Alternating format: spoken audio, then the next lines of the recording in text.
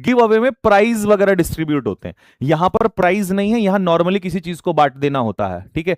तो वहां पर प्राइजेस वगैरह के लिए वो स्पेशल यूज होता है, तो ये तो इसके लिए तो हटा दो यहां पर, है ना, डिफरेंस समझ में आ गया होगा आपको। अब है बाउंड फॉर। बाउंड फॉर का मतलब क्या होता है, जैसे मैं कहूं the ship is bound for, the ship is bound for Chennai, तो इसका मतलब ये शिप जो है कहां जाएगा, चेन्नई जाएगा। तो इसका मतलब है बाउंड फॉर का मतलब going to a particular place, किसी पर्टिकुलर जगह पर जाना। ब्लो ओवर, ब्लो ओवर का मतलब क्या होता है, ब्लो ओवर का मतलब होता है पास पीसफुली विदाउट कॉन्सिक्वेंसेज।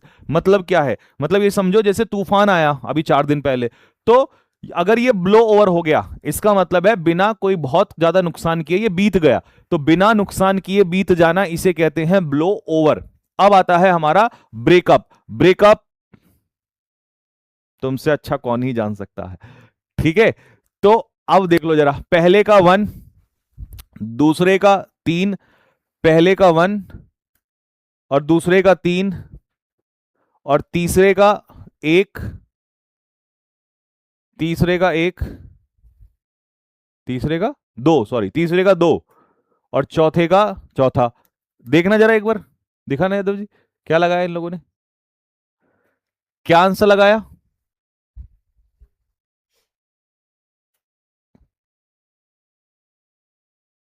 ए। चलो ठीक है भाई, स्टार्ट करते हैं अगले क्वेश्चन पे। नेक्स्ट,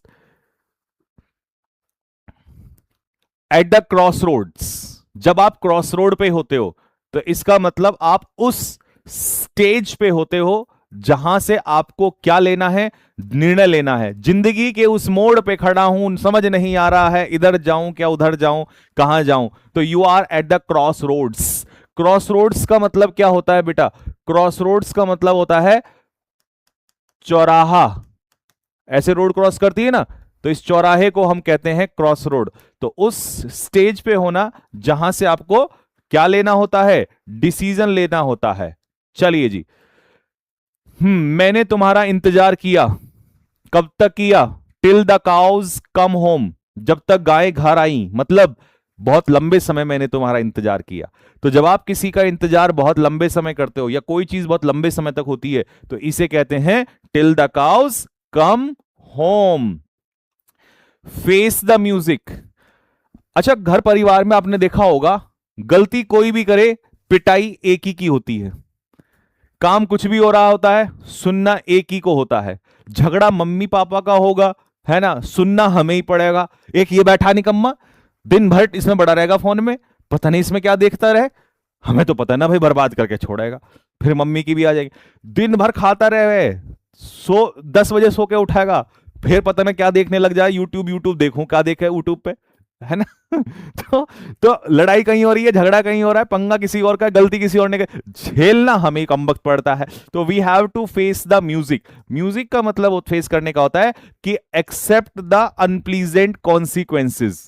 रिलेटेबल थी ना बात, दिल मारो फेंक के अगर बात रिलेटेबल हुई हो तो इसे कहते हैं फेस द म्यूजिक, यानी कि बुरे परिणामों को भुगतना, किसी चीज के मुख्य आघात बुरे परिणाम को भुगतना, ठीक। कॉल ऑफ, कॉल ऑफ का मतलब होता है कि भाई मैच को कॉल ऑफ कर दिया गया, मतलब कैंसिल कर दिया गया, भारी बारिश की वजह से मैच को अबेंडन कर दिया गया, मैच को कैंसिल कर दिया गया, इसे कहते हैं call off. Draconian law, draconian law सऊदी अरब में कहते हैं कि वहां पर ड्रैकोनियन लॉ है, इसका मतलब वहां पर कैसे लॉ है, वहां पर बहुत ही कड़े कानून है, एक्सट्रीमली सीवियर लॉ, कड़े कानून। टेकन अबैक, टेक की जगह टेकन कर लेना इसको क्योंकि ये पैसिव में ही आता है। तो टेकन अबैक का मतलब क्या होता है, the moment I saw the paper of NEET I was taken aback, completely surprised हो जाना, आश्चर्यचकित हो जाना, शॉक्ड हो जाना।